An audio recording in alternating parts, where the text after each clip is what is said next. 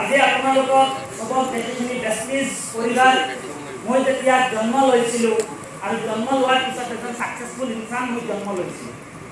প্ৰথম ফাৰ্ষ্ট কথা মই এই কথাটো আপোনালোকক ক'ম যে মই এজন সাকসেসফুল ইনসান মই জন্ম লৈছোঁ। আজি সাকসেসফুল প্লেটফৰ্মত আছোঁ। প্ৰেষ্টিজ এটা সাকসেসফুল বনোৱাৰ এটা ৰাস্তা এটা সক্ষম হোৱা এজন সাধাৰণ মানুহ। মই এজন সাধাৰণ মানুহ আছিলোঁ আৰু মই যেতিয়া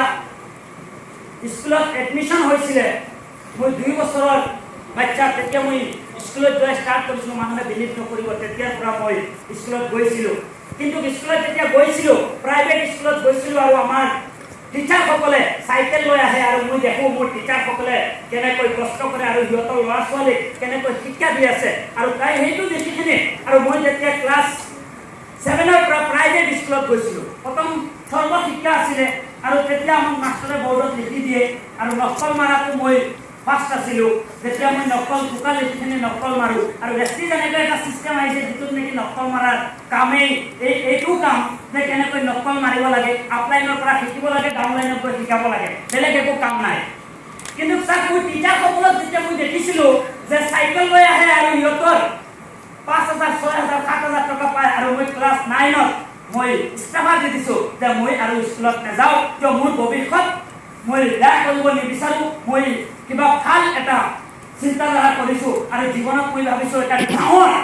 কেনেকৈ এজন মিলিয়নাৰ হওক কেনেকৈ এজন ধনী ব্যক্তি হওক সেই বস্তুটো মই লাইফত ক্লাছ 9ত যেতিয়া পঢ়ি আছিলোঁ তেতিয়া মোৰ বয়স 15 বছৰ আৰু তেতিয়া মই ষ্টেপ লৈছোঁ যে মোৰ লাইফত মই ধনী এজন ব্যক্তি হ'ব লাগে। তাৰ কাৰণে বহুত ধৰণৰ প্লেটফৰ্ম আমাৰ বুজাই যিটো বহুত আগৰৰ ব্যৱসায় যিটো হয় সেইটো ব্যৱসায়ত মই লাগিছিলোঁ আৰু লগাৰ পৰা মই এখন বাইক লৈছিলোঁ। বাইক লৈ মই কৰিছিলোঁ আৰু দাদাই যেতিয়া প্ৰেষ্টিজৰ কথা আহি কৈছিলে এজন ডক্টৰ হোৱাৰ পিছত মই কৈছোঁ আপুনি ডক্টৰ হৈছে হৈ কিনে আপুনি তেল চাবোন লৈ মানুহৰ ঘৰে ঘৰে যোৱা। ইমান লাজ লাগে মানুহৰ ঘৰে ঘৰে তেল চাবোন লৈ যোৱা। প্ৰথম 2013 চনত 2011 চনত দাদাই যেতিয়া লৈছিলে মই দেখিছিলোঁ কিন্তু মোক কৈছিলে যে এইটো কৰিলে গাড়ী পোৱা যায় দেখিছিলোঁ হয়। তেখেতে 1 বছৰৰ ভিতৰত মহেন্দ্ৰ কোম্পানী ভেলিটো কাৰ পাছ কৰিছিলে আৰু তেখেতৰ লগতো মই আপাৰাচাম মই আগৰৰ ব্যৱসায় কৰোঁ তাৰ পৰা বস্তু আনিব গৈছোঁ। এইখিনি দেখিখিনি মোৰ জীৱনত দেখিছোঁ যে সেই বস্তুটোৰ পৰা দাদাই কৰি আছে মই নাযাওঁ। কিন্তু মই কৈছোঁ মই 1 দিনৰ ভিতৰত মই এনেকৈ কাৰ ল'ব পাৰিম কিন্তু আগৰ ব্যৱসায়ত কেতিয়াবা লাভ কেতিয়াবা লোকচান সেইটো দেখিখিনি মই লাহে চেঞ্জিং হৈ পজিটিভ দাদাক দেখিছোঁ লাহে ফেব্ৰুৱাৰী আছে আৰু তাৰপিছত মই 2013 চনত ছেপ্টেম্বৰ মাহত মই জইন কৰিছোঁ। ফাৰ্ষ্ট মান্থৰ চেক মোৰ 524 টকা আৰু হাইয়েষ্ট চেক 3,50,000 ইনকাম কৰিছোঁ। আজি আমি আহিছোঁ শিকিবৰ কাৰণে কিন্তু মোৰ ছাকচেছ হোৱাৰ একমাত্ৰ ৰাস্তা হৈছে প্ৰেষ্টিজ ট্ৰেইনিং আৰু মিটিং য'ত হয় কি বুজি পাম সেইটো মই নাজানো কিন্তু মই আহি পঢ়ি থাকোঁ শুনি থাকোঁ যে মই এটা ট্ৰেইনিঙৰ পৰা এটা ৱাৰ্ড শিকিম আৰু সেই ৱাৰ্ডটো গৈ ফিল্ডত গৈ কামত লগাম। যেতিয়া মই ফিল্ডত মানুহ এজনক বুজাবলৈ যাওঁ কিন্তু মই ইংলিছ নাজানো অসমীয়া কথা ভালদৰে নাজানো চিলতীয়া কথা মই কথা পাতোঁ ঘৰত আৰু সেই সময়ত মোৰ জীৱনত যদি মই টাৰ্ণিং পইণ্ট মই শিকাৰ একমাত্ৰ ৰাস্তা যিমান ট্ৰেইনিং আৰু মিটিং এটেণ্ড কৰিছোঁ আৰু মোৰ যিমান প্ৰব্লেম আহিছে প্ৰব্লেম নহ'লে মানুহৰ জীৱনত ছাকচেছ কেতিয়াও নহয়। আৰু এজন ধনী ব্যক্তি কেতিয়াও ধনী হ'ব নিবিচাৰে। আমি প্ৰত্যেকজন মানুহ দুখীয়া মানুহে ধনী হ'ব বিচাৰে আৰু সেইটো কাৰণত একমাত্ৰ প্ৰেষ্টিজ প্লেটফৰ্ম আৰু ধনী মানুহে কেতিয়াও ধনী হ'ব নিবিচাৰে আৰু কিন্তু দুখীয়া মানুহে ধনী হ'ব বিচাৰে সেইটো কাৰণত প্ৰেষ্টিজ প্লেটফৰ্ম হৈছে ৰাইট প্লেটফৰ্ম আৰু সেইটো প্লেটফৰ্মত ক্লাছ 9লৈকে পঢ়া শুনা ল'ৰাই প্ৰথম যেতিয়া ষ্টেজত গৈছিলোঁ ভৰিখনে এনেকৈ কাঁপি আছিলে কথা কোৱা নাজানিছিলোঁ কাৰ লগত কেনেকৈ ব্যৱহাৰ কৰিব লাগে সেইটো নাজানিছিলোঁ আৰু গোটেইখিনি আজি প্ৰেষ্টিজে শিকাইছে। প্ৰেষ্টিজ শিকাৰ কাৰণে কৰিম নহয় প্ৰেষ্টিজ কৰিখিনি আজি 50 লাখৰ খুদ নিজে মাটি পকাই দি মই নিজে পাৰ্চেছ কৰিছোঁ। প্ৰাউড ফিল কৰোঁ 27 বছৰ এজত এইটো মোৰ ছাকচেছ। প্ৰেষ্টিজৰ পৰা এখন 1,30,000 কিলোমিটাৰ ৰান কৰিছোঁ। আপোনালোকে ভাবক সেইখনত তেল কিমান টকাৰ পৰিছে ছাৰ্ভিচিংটো বাদ দিয়ক 10,000 কিলোমিটাৰৰ ছাৰ্ভিচিং কৰাব লাগে যিসকলে কাৰ চলাই আছে। সেইখন চুইফ্ট ডিজায়াৰ কাৰ মেইনটেইন কৰিছে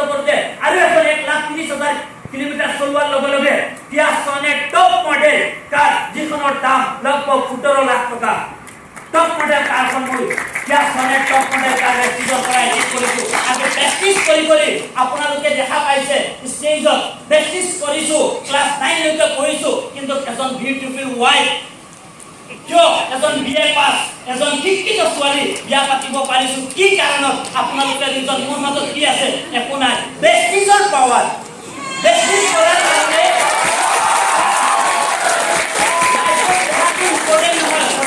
আপুনি পজিটিভ চিন্তা কৰে আমি 99% আমি সদায় নিগেটিভ বস্তুটোৰ ওপৰত ফোকাস দিওঁ আৰু আপুনি যেটো ফোকাস কৰে হেতু আপোনাৰ লগত আপুনি দেখা পাব কিন্তু 100% যেতিয়া মোৰ প্ৰবলেম আহিছে সেই প্ৰবলেমটো কিয় আহিছে মই নিজে পজিটিভলি সিদ্ধাৰ্থ সিং ছাৰৰ এটা ট্ৰেনিংত গৈছিলো 2017 চনত আৰু সেই ট্ৰেনিংৰ পৰা শিকিছো প্ৰতিটো বস্তু আপুনি পজিটিভলি লওক যে ভগৱানে এইটো বস্তু আমাৰ লগত কিয় কৰিছে ভালৰ কাৰণে কৰিছে আপুনি ভাল ৰাস্তাটো বিচাৰিলে ভালটো পাব যদি আপোনাৰ লাইফটো আপুনি চেঞ্জ কৰিব বিচাৰিছে আপোনাৰ হল প্ৰবলেমৰ কাৰণ হৈছে মানি যদি আপোনাৰ লগত মানি থাকে আপোনাৰ ঘৰত যদি কিবা কাজিয়া হৈছে আপোনাৰ ফ্যামিলিত যদি কিবা প্ৰবলেম হৈছে একমাত্ৰ মানি আৰু মানি থাকিলে আপোনাৰ কথা যিকোনো টাইপ আৰু একমাত্ৰ হৈছে যে বেষ্টিজত এই মানিটো পোৱাৰ লগে লগে আপোনাৰ মান সম্মান গোটেইখিনি আপুনি পাই যায় আৰু বেষ্টিজ কৰি আপোনালোকৰ সন্মুখত যে এজন বিয়া পাছ ছোৱালী মই বিয়া পাতিব পাৰিছো ক্লাছ 9 লৈকে যদি মই পঢ়িছো এটা কাৰোবাৰ মুচিবৰ কাৰণে 10,000 চেলাৰী নিদিয়ে কিন্তু সেই মানুহজনৰ লগত কিয় আজি এজন বিএ পাছ ছোৱালী বিয়া পাতিব পাৰিছে সিহঁতৰ ঘৰৰ পৰা কিয় মোক দিছে এইটো মোৰ লাভ মেৰেজ নহয় এৰেঞ্জ মেৰেজ হয় কিন্তু আপোনালোকে সেই বস্তুটো যে বেষ্টিজৰ পাৱাৰ মই হট ট্ৰেনিং আৰু মিটিংত মই এই কথাটো কওঁ যে মই পজিটিভলি চিন্তা কৰিছিলো মই এজন শিক্ষিত ছোৱালী বিয়া পাতিব পাৰিম এজন ধুনীয়া ছোৱালী বিয়া পাতিব পাৰিম মোৰ দুজনৰ মাজত সাকসেছ বুলি থাকে আজি বহুত এনেকৈ ব্যক্তি আছে কিন্তু লাইফত চাকৰি কৰি কিন্তু খতম হৈ গৈছে লাইফৰ কোনো কাহিনী নাই আপোনালোকে ইয়াত প্ৰত্যেকজন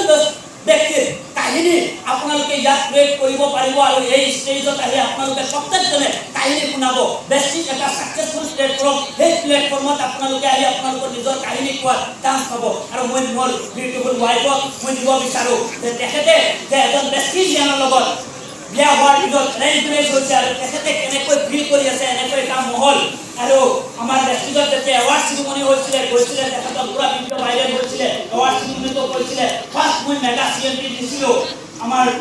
সঞ্জয় গোস্বামী আহিছিলে তাতে মেগা চিএমপি গৈ যেতিয়া স্পীচ দিছিলে কেনেকৈ তেখেতে ফিলিং কৰি আছে তেখেতৰ মুখৰ পৰা আপোনালোকে জানিব বিচাৰেনে Good morning everyone.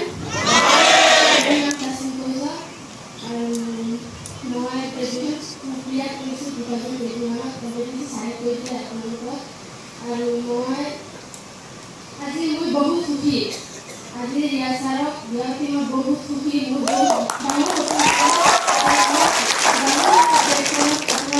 মোৰ যিমান সপোন আছে শ্বেয়াৰ কৰিব পাৰিম আৰু এইটো মই পাৰিছোঁ আপোনালোকৰ লগত শ্বেয়াৰ কৰিব পাৰিছোঁ মই বহুত সুখী আৰু মোৰ হাজবেণ্ড বিচিডি হোৱাৰ কাৰণে মোৰো ৰেংক বিচিডি হৈছে সেইকাৰণে মই বহুত সুখী যিমান ড্ৰিম আছে সাকসেস কৰি আৰু আমাৰ টাউনবিলাকৰো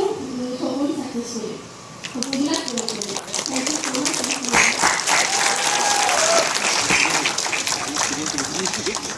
Thank you.